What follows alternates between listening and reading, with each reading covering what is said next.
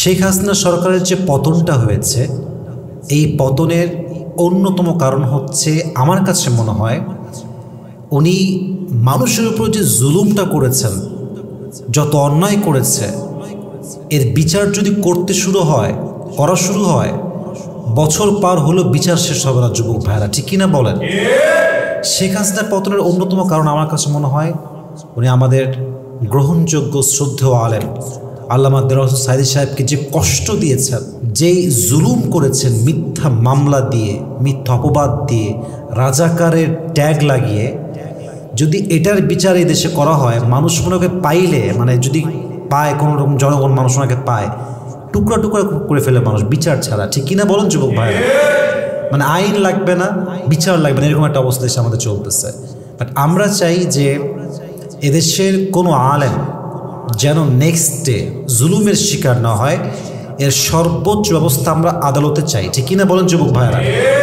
দেখেন, সাঈদী সাহেবের চোখের ন্যূনতম পানির দাম যদি থেকে থাকে, আমি অনেক জায়গা থেকে শুনেছি যে উনি যখন গাজীপুর কাশিমপুর কারাগারে থাকতেন, প্রত্যেক দিন উনি 5 ওয়াক্ত নামাজ জামাতে নিজে ইমাম হয়ে আদায় করাতেন। ওনার যারা ছিল ওই সময় কারাগারের ভিতরে, উনি ইমাম ছিলেন, নামাজ পড়াতেন, এবং উনি প্রত্যেক দিন তাহাজ্জুদে জানামাজে কান্না করতেন। প্রতিদিন, এমন কোনো দিন বাদ নেয় যে তিনি তাহাজ্জুদ নামাজ পড়তেন না, প্রত্যেক দিন তিনি পড়তেন।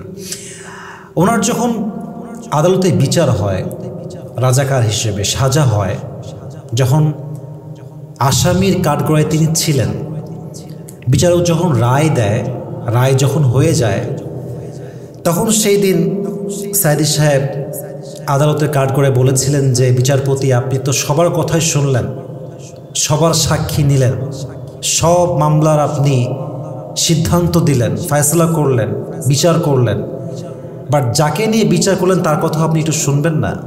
সাঈদী সাহেবের এই কাকুতি দেখে, এই কথা শুনে সেদিন বিচারপতি বাধ্য হয়েছিলেন তার কথা শোনার জন্য।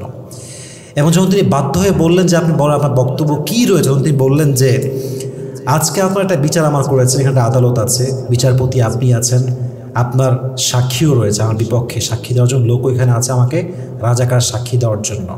তবে মাথায় রাখবেন যে এই বিচারটাই শেষ বিচার না, আরেকদিন একটা বিচার দিবস হবে। তবে সেই বিচার দিবসে কোনো মানুষ বিচারক হবে না, বরং সেই দিন আমার বিচারক হবে একজন। আওয়াজ দিয়ে বলেন তো তিনি কে? এবং সাক্ষীর জন্য ওয়াকাফা বিল্লাহি শাহিদা, আল্লাহ তাআলাই আমার সাক্ষীর জন্য যথেষ্ট হবে। সুবহানাল্লাহ পড়ুন সবাই। এর চাইতে হৃদয় বিতারক বক্তব্য আর কি হতে পারে? এর চাইতে হৃদয়স্পর্শী বক্তব্য আর কি হতে পারে? সেই দিন আমার বিচার করবে আল্লাহ তাআলা এবং তিনি আমার সাক্ষী হবেন, এবং সেই দিন সে আদালতে প্রমাণ হবে যে আমি রাজাকার ছিলাম না, আমি সাঈদী স্বাধীনতার বিপক্ষে নয়, বরং আমি পক্ষের শক্তি ছিলাম। ঠিক কিনা বলেন? অনেক কথা আসলে আমরা বলতে পারিনি আগে, যেগুলো আমরা দেশ স্বাধীন হওয়ার পরে বলছি। যারা গুম ছিল তারা বের হয়ে আসে গুমের জগতের কথা বলছে, যারা জুলুমের শিকার হয়ে তারা এখন জুলুমের কথা বলতেছে। কারণ কি? এখন আমরা মুক্ত, আমরা এখন বিশ্বাস করি যে হক কথা বলে আমাদেরকে মিথ্যা মামলা দিয়ে গ্রেফতার করতে আসবে, এটা আমাদের বিশ্বাস এখন আছে না নাই? সত্য কথা বলতে আমাদের দেশের যেই তাফসীর জগৎটা আছে, দেখেন আজকে আমরা মাহফিল করে বক্তা যারা আছে, ইসলামিক স্কলার যারা আছে, আমিও তাদের বিজয় নগণ্যতম ব্যক্তি, আমিও আছি, আমিও ওয়াচ করি, তাফসীর প্রোগ্রাম করি।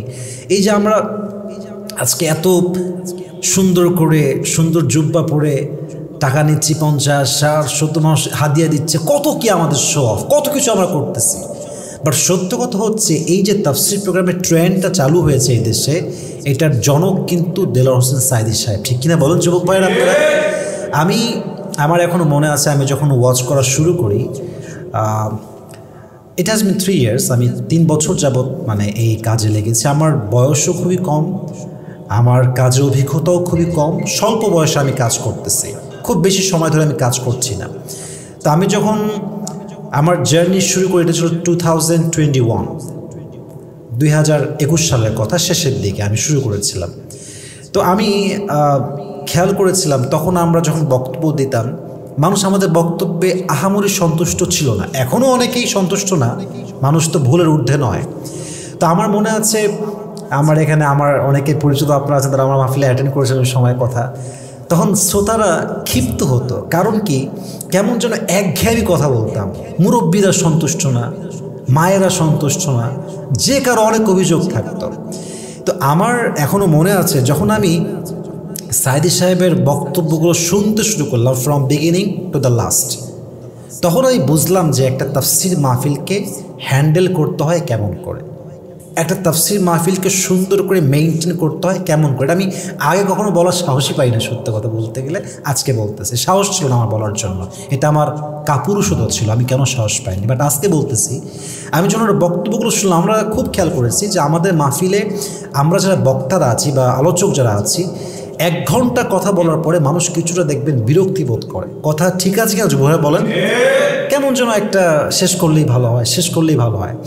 But trust me, believe me, আমি আপনাকে সত্য বলছি, আমি যখন সাথে সাথে বক্তব্য শুনি 2 ঘন্টা 2.5 ঘন্টা, আমি নিজে অ্যাজ এ অডিয়েন্স, এটা আমার পার্সোনাল পয়েন্ট অফ ভিউ, আমার মাঝে ন্যূনতম কোনো বিরক্তিবোধ আসে না অ্যাজ এ অডিয়েন্স। ইভেন আমি দেখেছি যখন 2 ঘন্টা পরেও ক্যামেরা ঘোরাচ্ছে চতুর্পাশে, মানুষজন কেমন যেন অবাক হয়ে তাকিয়ে আছে, মানে হচ্ছে এরকম যে যদি আরও 2 ঘন্টা আওয়াজ হয় তাও মানুষ শুনবে।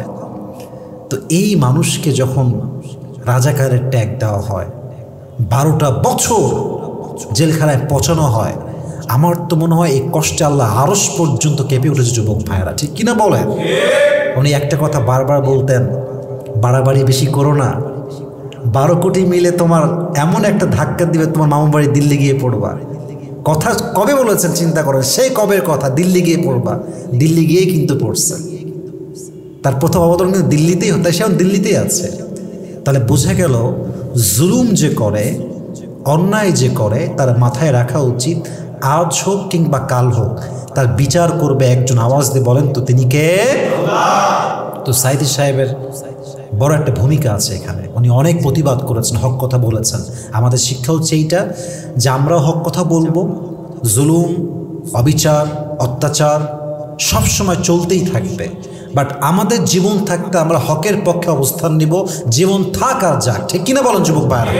এবং আমি রাষ্ট্রের যারা এখন সংস্কারের কাজে আছেন, দায়িত্বশীলরা আছেন, আইনজীবীরা আছেন, আমি সবার কাছে আবদার করব, আপনারা আইন করবেন এরকম তাফসির মাহফিল করতে কোনো বাপের পারমিশন নেওয়া লাগবে না। কথা ঠিক আছে কিনা বলেন? কোনো পারমিশন লাগবে না। তাফসির মাহফিল করতে মন চাইছে মানুষ করবে উইথআউট পারমিশন। হ্যাঁ, এতটুকু হতে পারে যে মানুষের নিরাপত্তার স্বার্থে আমরা গিয়ে বলতে পারি যে অফিসারদেরকে যে স্যার আমাদের থানায় মাহফিল হবে, আমাদের কিছু পুলিশ লাগবে প্রোটোকলের জন্য। ইটস নট লাইক যে আপনার পারমিশন দিবেন কিনা, নো, এইটা আর চলবে না, এই খেলা বাদ। সেকেন্ড কথা, আপনারা আইন করেন, দেশের আলেম, ওলামা, স্কলার, স্পিকার যারা বক্তব্য দেয় মাঠে ঘাটে মসজিদের খুতবায়, প্রত্যেকের জন্য আপনাদের এই স্বাধীনতা সুনিশ্চিত করতে হবে।